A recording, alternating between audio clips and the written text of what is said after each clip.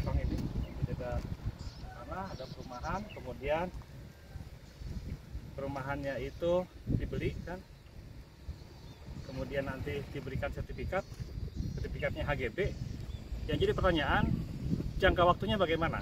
Apakah jangka waktunya saat akta jual beli dimulai baru lanjut ke masa berlakunya HGB sesuai dengan ketentuan di UPA, atau jangka waktunya menyesuaikan dengan HGB induknya?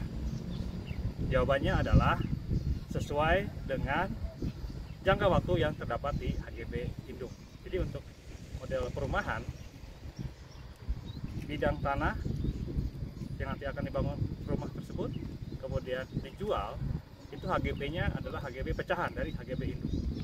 Jangka waktunya mengikuti.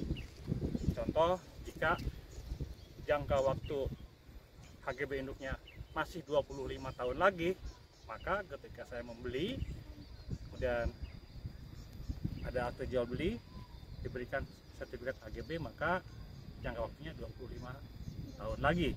Tetapi kalau HGB induknya tinggal 10 tahun lagi misalnya, maka ketika membeli tanah dan bangunannya di perumahan, kemudian diberikan HGB yang merupakan pecahan dari HGB induk, maka waktunya juga menyesuaikan dengan lamanya sisa waktu di HGB induk tersebut. Intinya, jika sisanya masih 25 tahun, maka HGB pecahannya juga 25 tahun lagi. Kalau HGB induknya 10 tahun lagi, maka HGB pecahannya juga 10 tahun lagi. Jika 5 tahun lagi, maka HGB pecahannya juga 5 tahun lagi. Kemudian bagaimana jika ingin dilakukan peningkatan? Peningkatan yang tadinya HGB kemudian menjadi hak milik.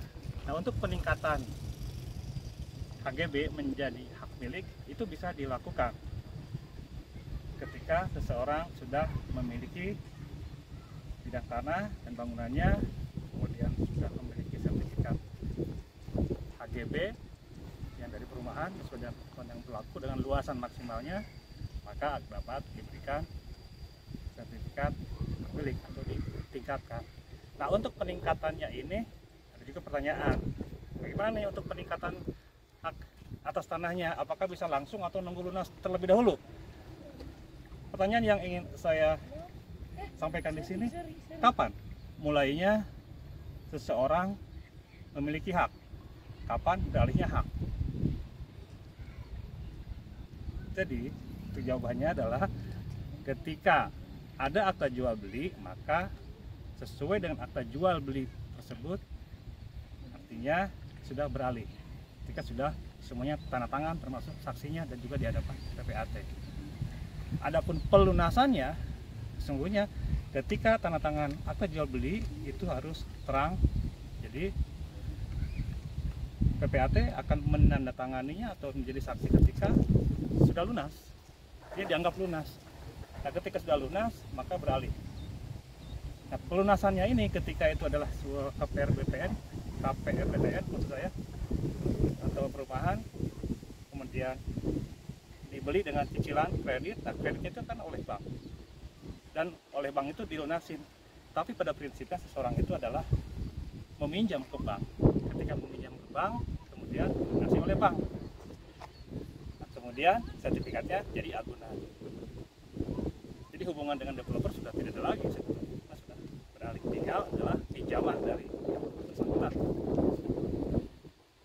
Kurang lebih seperti itu. Jadi ketika akan melakukan peningkatan hak atas tanah, maka bisa dilakukan ketika sudah lunas, artinya dilunasi juga di sini artinya dilunasi oleh bank juga. Hanya masalahnya sertifikat tersebut kan diagunkan, maka perlu ada izin, perlu ada proses juga untuk mengeluarkan sertifikat atau memproses sertifikat HGB tersebut menjadi hak milik. Jadi harus bersama dengan bank sehingga yang jadi agunan tadinya adalah HGB menjadi hak milik. Sertifikatnya seperti itu. Tadinya agunannya HGB menjadi agunan hak milik. Apalagi sudah lunas cash, ya tinggal langsung ditingkatkan hak atas tanah. Demikian yang bisa saya sampaikan. Terima kasih atas perhatiannya. lanjut ke perjalanan berikutnya. Assalamualaikum warahmatullahi wabarakatuh. Tetap semangat.